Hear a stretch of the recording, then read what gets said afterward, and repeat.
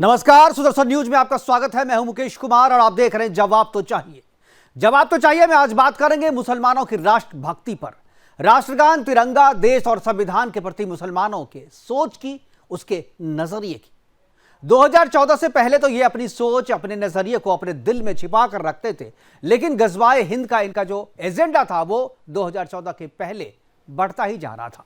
केंद्र और ज्यादातर राज्यों में इनके एजेंडे को सपोर्ट करने वाली सरकार थी।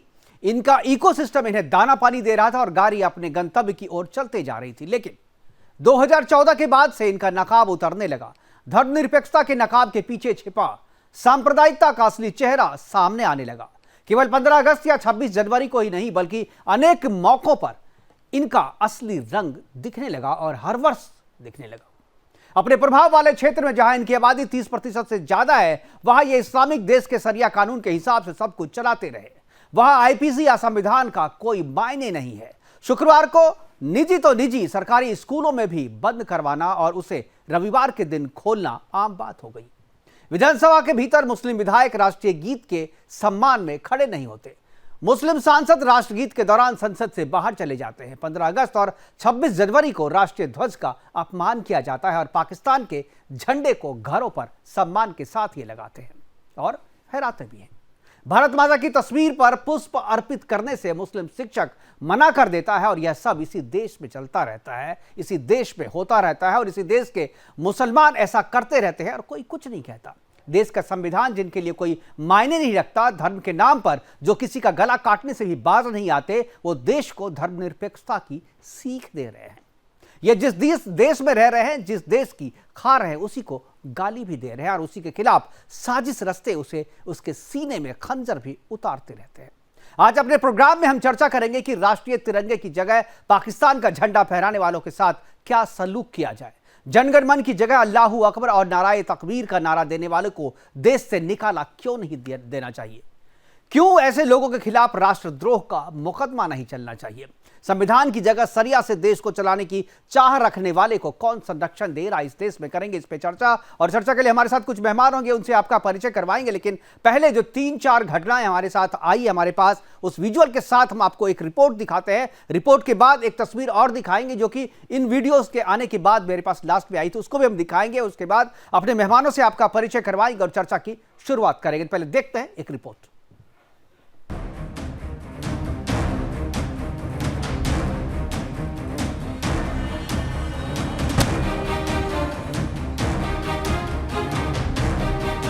उन्हें पसंद है तिरंगे का अपमान करना, उन्हें प्रेम है पाकिस्तान के झंडे से। वो गर्व से लगाते हैं अल्लाहू अकबर के नारे। वो नहीं मानते तिरंगे का अपना झंडा। वो नहीं बोलते भारत माता की जय। वो नहीं गाते हैं राष्ट्रगान। जहां एक तरफ कर्तव्य पथ पर पूरा विश्व 26 जनवरी यानी गणतंत्र दिवस के अवसर पर हिंदुस्तान का शौर्य और पराक्रम देख रहा था, तो वहीं दूसरी तरफ देश के कुछ गद्दार तिरंगे और भारत माता का अपमान कर रहे थे। आपके टीवी स्क्रीन पर नजर आ रही ये पहली तस्वीर अलीगढ़ मुस्लिम यूनिवर्सिटी की है, जहां वाइस चांसलर के तिरंगा लहराने के बाद ही छात्रों ने अल्लाहू अकबर और नाराए तकबीर के नारे लगाना शुरू कर दिया। इस दौरान हैरानी की बात तो ये रही कि इस भीड़ में भारी संख्या में एनसीसी के मुस्लिम छात्र भी शामिल थे।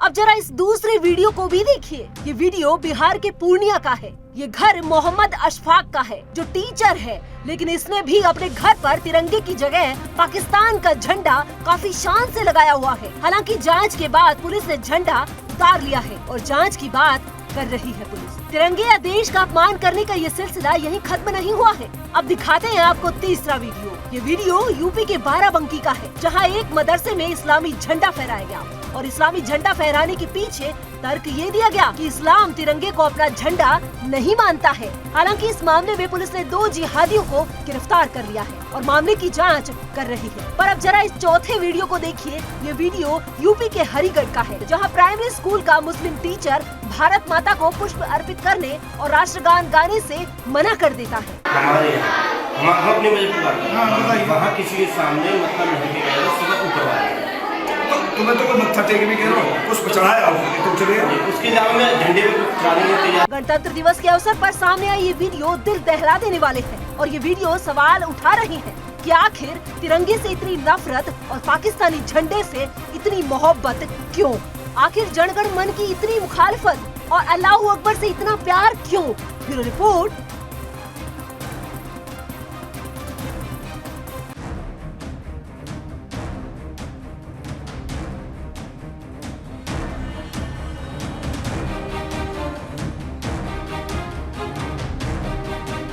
रहे हैं। अरे पाकिस्तान, हम लोग को नहीं पता है कि पाकिस्तान का है कि क्या है। तो आप ही का है। मेरा भैंसुर का लड़का लगाया है, अब आ रहा है। क्या नाम है आपके भैंसुर का? मोहम्मद मुबारकुद्दीन साहब। क्या करते हैं वो? टीचर हैं। कब से लगा हुआ था ये झंडा? नहीं, आज ही अभी क्या कहते हैं क्या लगाया है दोपहर में। हम देखे नहीं, अभी देखे हैं तब देखते हैं क्यों लगा हुआ है। आज तो गणतंत्र दिवस है ना। वो तो है, वो हमको भी पता है गणतंत्र दिवस है। अब बच्चा से गलती किया है तो सुबह से नहीं है सर लगा हुआ, तो हम भी पाकिस्तान का झंडा यहाँ पे लगाना आज के दिन वो भी हमको नहीं पता था कि पाकिस्तान का है।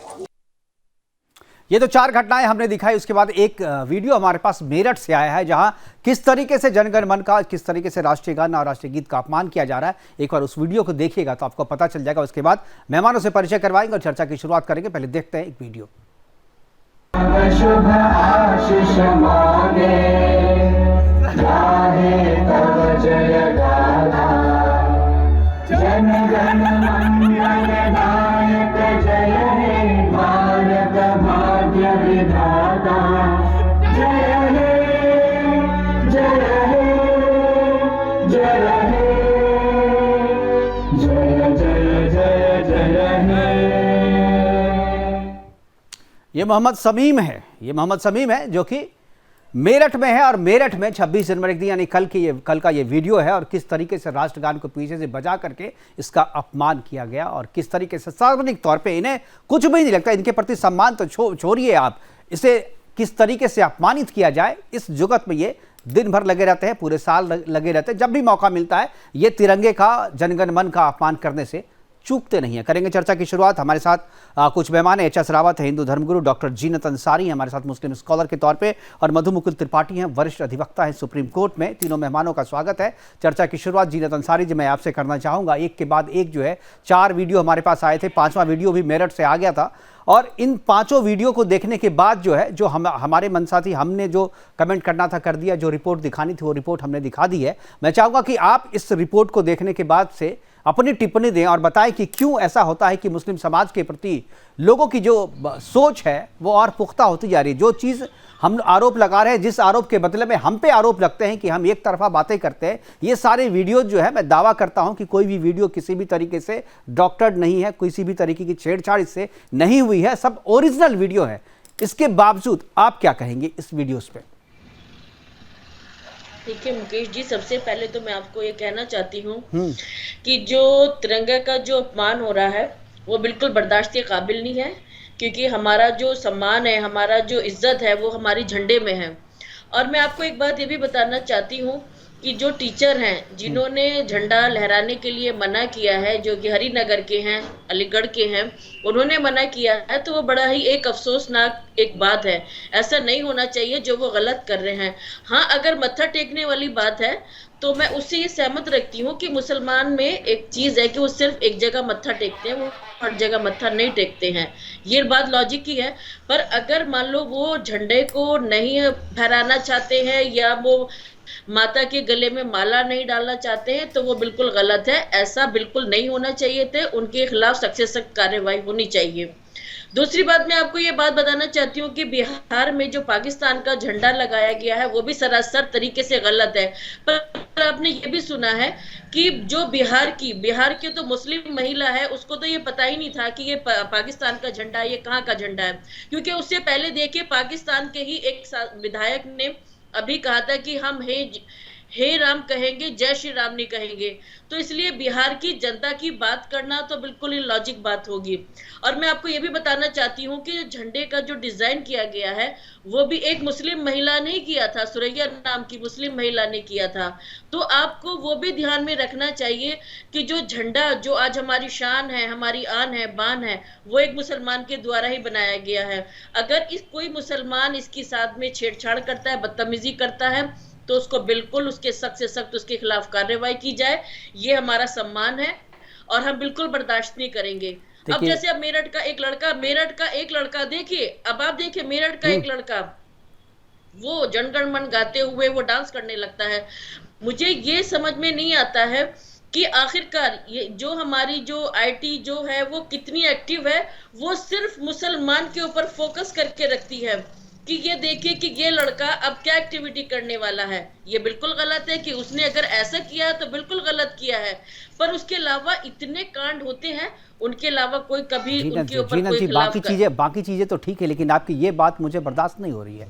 अगर वो मेरठ में जो ये लड़का, क्या आपको लगता है कि पुलिस का जो आईटी सेल है वो क्या उसके सामने में वीडियो कैमरा लगा के रखा हो तो ठीक है बेटा अब करो अपमान और हम इस वीडियो को वायरल करेंगे? ये वीडियो खुद ये बना रहा है, खुद इसको वायरल कर रहा है, क्योंकि इसके दिल में कहीं से भी कोई खौफ नहीं है, कोई दहशत नहीं है। इसको जब जेल के अंदर में डाल करके इसे फांसी पे लटकाया जाएगा तब इसके जैसे दूसरे लोगों को भी दिल में दहशत होगी। आप ही ने कहा था 2014 से पहले जो थे सब लोग खुले घूमते थे, आपने आपके खुद वर्ड बिल्कुल 2014 के पहले दिल में दबी थी, क्योंकि इनका गजवाए हिंद का आप लोग का जो एजेंडा था वो बढ़ता जा रहा था। मतलब आप अपनी बात क्लियर करिए कि 2014 के बाद भाजपा सरकार आने के बाद क्या ये इतने एक्टिव हो चुके हैं, ये बदमाशी पे उतर रहे हैं कि जो बिल्कुल अपने देश के खिलाफ खड़े हो गए? 2014 के पहले इन पे कार्रवाई नहीं होती थी, इनका वीडियो वायरल होता था लेकिन इसे सार्वजनिक नहीं होने दिया जाता था, वायरल नहीं होने दिया जाता था। अब ये खुद जो वायरल कर रहे हैं लोगों तक जा रही है, सजा भी मिलेगी। मैं कह रहा हूं कि सजा क्या हो इस पर चर्चा हो। आप इसको डिफेंड नहीं कर सकते कि आप पुलिस जो है इसको क्या, ये वीडियो जो है पुलिस ने थोड़ी वायरल किया, सरकार ने थोड़ी वायरल किया है, ये खुद ये जो कर रहा है इसके दिल में कोई खौफ नहीं है, कानून के प्रति कोई इज्जत नहीं है, संविधान के प्रति कोई इज्जत नहीं है, राष्ट्रीय गान के प्रति कोई इज्जत नहीं है, इसीलिए इसने ऐसा शूट किया और इसको वायरल किया है। इसको सर 2014 का खुलासा कर दिया है आपने, तो 2014 से पहले सब कुछ दब जाता था, आपने तो खुद ही कह दिया। हाँ, दब जाता था, अब नहीं दबेगा। आप लोगों के कारण दब जाता था, आप लोगों के कारण, लेकिन अब नहीं दबेगा। दूसरी बात, आप लोगों की वजह से नहीं, सुरैया को भी आप याद रखिए, आप मैं अब्दुल कलाम जी को भी सलाम करता हूं, उनको भी नमस्कार करता हूं, सुरैया को भी नमस्कार करता हूं, लेकिन साथ में जो लोग हैं, जो साथ में मोहम्मद समीम, हसीमुद्दीन और मोहम्मद बदरुद्दीन जो है, इसको भी आप देखिए ना, ये लोग जो कर रहे हैं इनको किस तरीके से आप डिफेंड कर रहे हैं, इसको किस तरीके से डिफेंड किया जा सकता है? किसी भी तरीके से डिफेंड नहीं किया जा सकता है। राष्ट्रगान के अपमान की सजा जो है वो इतनी छोटी है, वो इसी वजह से ऐसा अपमान किया है तो सजा मिलनी चाहिए। बिल्कुल मैं डिफेंड नहीं कर रही हूँ, जो ये बदतमीजी हो रही है बिल्कुल ये हम लोग भी बर्दाश्त नहीं करेंगे, बोलना चाहिए, बिल्कुल गलत है इसके अंदर। पर मैंने आपसे कहा है कि आपने कहा है कि 2014 से पहले दबा दिया जाता था, 2014 से के बाद अब हर चीज को हाईलाइट कर दिया जाता है, लेकिन ये देखिए कि सिर्फ और सिर्फ मुसलमानों को हाईलाइट कर दिया जाता है। तो आप बताइए, आप हाईलाइट कर दीजिए, कोई अगर जो मुसलमान के अलावा अगर किसी ने राष्ट्रीय ध्वज का अपमान किया हो तो आप बताइए, उसको भी टांगते हैं मिल करके। कौन किया है बताइए, आपके पास आप छुपा, मैं नहीं दिखा रहा हूं, आप क्यों नहीं दिखाते? अगर आपके पास है तो आप दिखाइए ना, आप बताइए जमाने को, आप बताइए है मुझे। अगर गलती अगर होती है तो हम लोग उसको चाहते हैं कि उसको पनिश किया जाए। नहीं, सारी गलतियां उधर से ही होती है ना। राष्ट्रीय ध्वज का अपमान आप करते, राष्ट्रीय गान का अपमान आप करते हैं, और उसके बाद कहते हैं हम संविधान को नहीं मानते हैं, शरिया लागू करना आप चाहते हैं, संडे के दिन स्कूल को ओपन करेंगे, शुक्रवार को बंद करेंगे, ये सारी चीजें आप करेंगे तो आप ही को दिखाया जाएगा ना। नहीं शरिया, हम बिल्कुल जो ये कहता है कि हम शरिया कानून मानना चाहते हैं तो बिल्कुल ये गलत है। हम लोग शरिया कानून नहीं मानना चाहते। जो भारत का संविधान है, भारत में जिसे रहना है भारत के संविधान से चलना होगा, वो हिंदू हो, मुसलमान हो, सिख हो, ईसाई हो, चलना होगा, ये कोई मान करके आप एहसान नहीं करेंगे भाई भारत में रह रहे हैं तो मानना ही ही पड़ेगा संविधान में, आप किसी पे एहसान नहीं करेंगे। आप एहसान नहीं, बिल्कुल। आप एहसान वाले, ये तो हमारा हक है, ये हमारा हक है, ना आप छीन सकते ना कोई छीन सकता है, ये कोई एहसान वाली बात ही नहीं है, ये तो बिल्कुल हमारा हक है, ये हमारी धरती है भारत, हमने इस पे जन्म लिया है, ये बिल्कुल हमारा हक है, इस पे हम रहेंगे, इसमें कोई जोर जबरदस्ती ठीक है, ये तो आपका हक है, लेकिन जो नहीं करते हैं उसके लिए सजा क्या होनी चाहिए? मधु मुकुल त्रिपाठी जी हमारे साथ है, मुस्कुरा रहे और सुन रहे सारी बातों को, मुझे लग रहा है कि अंदर अंदर घुट भी रहे होंगे। मधु जी। पहले तो मैं जीनत जी का जवाब दे दूं जी। ये एक ऐसी औरत हैं, दो अर्थी बातें कर रही हैं। ये कहती हैं कि हम मत्था नहीं टेकते, इनके किताब में लिखा है। इनके देखिए ये क्या कर रही हैं कि पहाड़ को उड़ा देना चाहती हैं जिससे पृथ्वी उड़ जाए, चपटी वाली पृथ्वी उड़ जाए। ये नहीं समझ रही हैं, ये कह रही मत्था नहीं टेकते। अरे भाई फिर हवाई जहाज में क्यों चलते हो? जो आपके आसमानी किताब में नहीं लिखा है उसको नहीं मानना है तो आप हवाई जहाज में मत चलो, आप आपके आतंकवादी बम न फोड़े। अरे भाई कहाँ की बातें कर रहे हैं आप? अगर आप हमारे संविधान, please, I never interrupted, I never interrupted, learn something, I never interrupted, this is not आसमानी किताब। डॉक्टर जीनत जी मैं आऊंगा आपके पास, प्लीज आप गुस्से में पहाड़ मत हटाइए, नहीं पृथ्वी उड़ जाएगी, चपटी वाली पृथ्वी उड़ जाएगी, मत उड़ाइए चपटी पृथ्वी गोल हो चुकी है। देखिए क्या है, जब तक ऐसे लोग देशद्रोह के कानून के तहत, please I never interrupted you, be educated, okay. देखिए जब तक ये देखिए, जब तक ऐसे लोग, ऐसे आसमानी किताब मानने वाले देशद्रोही लोग, जब तक देशद्रोह के कानून के तहत सर, बुक नहीं किए जाएंगे। गलत वर्ड का इस्तेमाल कर रहे हैं, आप गलत वर्ड का इस्तेमाल कर रहे हैं। अब सही वर्ड बताइए आप। अच्छा ठीक है, अलीगढ़ मुस्लिम यूनिवर्सिटी में, अलीगढ़ मुस्लिम यूनिवर्सिटी में नारा, सुनिए पहले बताइए। मैं आपसे कोई ऐसी बात नहीं बोली हूँ कि जिससे please interrupt, please don't interrupt, don't be Tasleem Rahmani. No, she is doctor Zeenat Ansari. हाँ मैं जानता हूं, लेकिन ये तस्लीम रहमानी बनना चाह रही हैं, मुझे प्रोवोक करके मेरे मुंह से कुछ कहलवाना चाह रही हैं, जैसे नुपुर शर्मा से कहलवा लिया। तो ऐसा मत कहिए, आप शांत रहिए बिल्कुल। आप बोल रही थी तो मैं नहीं बोला, आप एक समझदार बनने का प्रयास कीजिए, ठीक है? मैं पता है प्रयास नहीं कि आसमानी किताब में आपको क्या सिखाया है। समझदार हूँ, प्रयास नहीं करती हूँ, मैं समझदार हूँ। आप भी समझ बोलिए, प्लीज जीनत जी बारी से देखिए, इस तरीके से फिर दुनिया जनता समझ नहीं पाएगी आप लोगों को। मुकेश जी, अगर केवल एक बात, मेरठ की बात कहती है कि एक पागल आदमी ने ऐसा कर दिया, अलीगढ़ मुस्लिम विश्वविद्यालय में आप भीड़ का भीड़ देखिए, टीचरों को देखिए, वो नारे तकबीर, अल्लाह अकबर चिल्ला रहे हैं, वो शरीयत को नहीं मान रहे हैं। अगर गजवाए हिंद को नहीं आगे बढ़ाने की कोशिश कर रहे हैं तो और क्या कर रहे हैं? क्या वो संवैधानिक दृष्टिकोण है? क्या राष्ट्रीय ध्वज का अपमान करना यह राष्ट्रद्रोह नहीं है? शर्म आती है हमें ऐसे लोगों पर जो डिफेंड करने के लिए खड़े हो जाते हैं। अरे भाई आपको तो सिंपल कहना चाहिए कि ऐसे लोगों को, जो ये फंडामेंटलिस्ट हैं, जो ये एक रेडिकल, एक धर्म को मानने वाले हैं, रेडिकल इस्लाम को मानने वाले हैं, उनको बुक किया जाए, उनको जेल भेजा जाए और देशद्रोह के कानून के तहत भेजा जाए, तभी ये रुकेगा। बिल्कुल। एच.एस. रावत जी हमारे साथ हैं, धर्मगुरु हैं। मैं इनसे जानना चाहूंगा, राष्ट्र धर्म और आदमी व्यक्ति का अपना धर्म, हिंदू धर्म और राष्ट्र धर्म, या मुस्लिम धर्म और राष्ट्र धर्म, दोनों के बीच में अगर इस तरीके के टकराव है, उस टकराव की वजह से ये चीजें होती हैं और ये बराबर इस तरीके के केस आते हैं, इसमें क्या करना चाहिए रावत जी आपके हिसाब से? क्या मुकेश जी जैसी एजुकेशन, शिक्षा और संस्कार माँ बाप देंगे, वैसी बच्चा सीखता है। ये जितने भी मुस्लिम लोग हैं, अपने जो बच्चों को शिक्षा एंटी काफिर, हिंदू विरोधी, बुत परस्ती विरोधी शिक्षा देते हैं, उनको बचपन से देते हैं। फिर माँ बाप से निकलते हैं तो मदरसों में ये चीज इनके कानों में घोष दी जाती है, क्या आपको बुत परस्ती से दूर रहना है, इन लोगों को, इनसे दोस्ती नहीं करनी है, इनसे दुश्मनी पालो, इनको बड़े होकर के इनको मारो, हूर मिलेंगी आपको, अल्लाह खुश होगा, प्रसन्न होगा। जब ये देश को मानते नहीं है, इनको भारत से कोई लगाव नहीं है, जब लगाव नहीं है तो इनके लिए राष्ट्र पहले नहीं है, इनके लिए धर्म पहले है। ये डॉक्टर जीनत जो है, डॉक्टर हैं, फिलोसफर हैं, अगर पीएचडी है तो फिलोसफर है, नहीं तो मेडिकल की होंगे। और ये डॉक्टर लगना कोई आसान काम तो होता नहीं है। मैं इनसे पूछना चाहता हूं क्या आप फिलोसफर हैं? आप मुझे बता दो, आपके लिए देश पहले धर्म पहले है? क्योंकि आप हमेशा धर्म को पहले चुनते हैं। आप बोलते नहीं हमारे लिए कोई देश नहीं है, लेकिन अगर यही सऊदी अरब में चले जाएं तो वहां इनके लिए देश और धर्म दोनों बराबर हो जाते हैं, क्योंकि वहां भी ये मत्था टेकेंगे, वहां भी बुत परस्ती को मानते हैं, वहां भी इनको पत्थर में शैतान नजर आता है और वहां पत्थर मारते हैं। अरे अगर वहां पत्थर में शैतान है जिसको तुम मारते हो तो यहाँ बुत परस्ती में क्या दिक्कत? तो ये झंडे को जो ये कह रही है कि मत्था नहीं टिकाते, ये इनको एजुकेशन कूट कूट के भरी गई है, एंटी हिंदू और एंटी राष्ट्र, और उसी का परिणाम आता है कि बच्चे डांस कर रहे हैं, वो औरत कह रही है कि मुझे पता नहीं है कि पाकिस्तान का झंडा है। अरे तुम खा हिंदुस्तान में रहे हो, रह हिंदुस्तान में रहे हो, पढ़ हिंदुस्तान में रहे हो, तुम हिंदुस्तान का खाते हो, पीते हो, यहाँ का सब कुछ कर रहे हो। पाकिस्तान तुम्हारा क्या लगता है भाई? पाकिस्तान का झंडा क्यों लगाते हो? तो ये देशद्रोह है। मुकेश जी, इनको अरेस्ट करना चाहिए। देशद्रोह की धारा के साथ जो फांसी की सजा ज्यादा बनती है, और नहीं बनती है तो फांसी की सजा।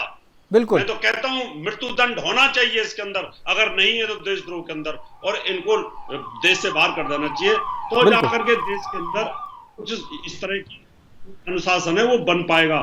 नहीं तो ऐसे लोग जो मदरसों में पढ़ रहे हैं उनके अंदर कूट कूट करके उनके दिमाग को ठोस कर दिया जाता है।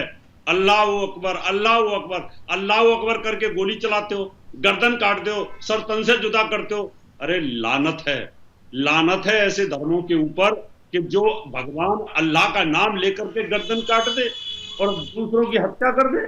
क्या यही इस्लाम सिखाता है? बिल्कुल डॉक्टर जीनत जवाब देंगी, बिल्कुल डॉक्टर जीनत जवाब देंगी। एक सवाल डॉक्टर जीनत, मेरा भी एक आपसे एक सवाल है। इत्तेफाक रखती हूँ सर रावत जी, मैं आपकी बात से इत्तेफाक रखती हूँ। जैसे आपने कहा है कि लानत है जो अल्लाह अकबर कह के सर कलम कर देते हैं, बिल्कुल अगर यही चीज आप थोड़ा सा गिरेबान झांक के देख ले तो आपको भी पता होना चाहिए कि आप लोग ने किस तरीके से एक भीड़ आती है, जय श्री राम का नारा लगाती है।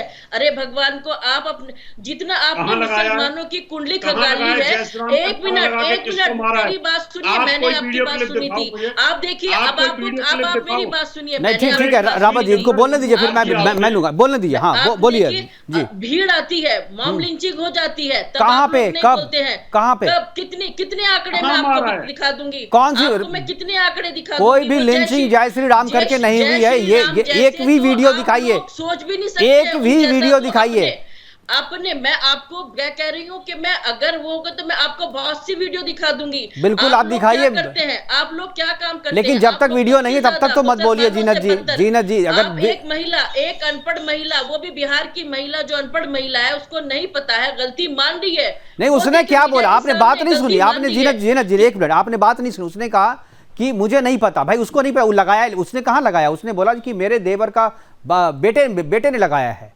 उसने तो नहीं कहा जी कि मैंने लगाया, उसे नहीं पता। वो हम जानते हैं आप लोग, अरे आप बहुत खुशकिस्मत हैं, आप पढ़ी लिखी हैं। आपके यहाँ आपके मुसलमान औरतों को पढ़ने कहाँ देते हैं? उन्हें तो भोग की वस्तु बना के रखा है। तो मुझे तो दया आ रही थी उस महिला पे, उसे तो पढ़ने ही नहीं दिया गया। उसको पाकिस्तान का झंडा नहीं समझ में आ रहा है, कितनी बेवकूफ नहीं। मुझे तरस आ रहा था उस पर, क्योंकि आपके समाज में यही, आपने पढ़ लिख के डॉक्टरेट हासिल की है। मुझे गर्व है आप पे कि आप खुशकिस्मत हैं, आप डॉक्टरेट हो गए। लेकिन उन महिलाओं के बारे में भी सोचिए ना, कितनी महिलाएं डॉक्टर जीनत अंसारी की तरह होती हैं, जिनको यह मौका लगता है वो पढ़ी लिखी होती है। एक चीज में एक आपने अनसुईया के बारे में, आपने सुरैया के बारे में कहा, आपने अब्दुल कलाम आज़ाद के, डॉक्टर अब्दुल कलाम आज़ाद के बारे में कहा। ये दोनों तो तिरंगे के सामने शीश भी झुकाते थे, सलामी भी करते थे, और डॉक्टर अब्दुल कलाम तो वीणा भी बजाते थे, माँ सरस्वती की वंदना भी करते थे। तो अगर इन दोनों को आप उदाहरण दे रहे हैं तो फिर बाकियों को यही उदाहरण दीजिए ना। इस जैसे अगर बनते तो ये विजुअल ही नहीं आते हमारे पास। आप ये तो देखिए, डॉक्टर जीनत अंसारी जितने फक्र से बोल रही हैं, वो ये सब काम करती हैं, उनकी नजर में कोई बुरा बात नहीं है। मैंने मत्था टेकने को कहा है, मत्था टेकने को।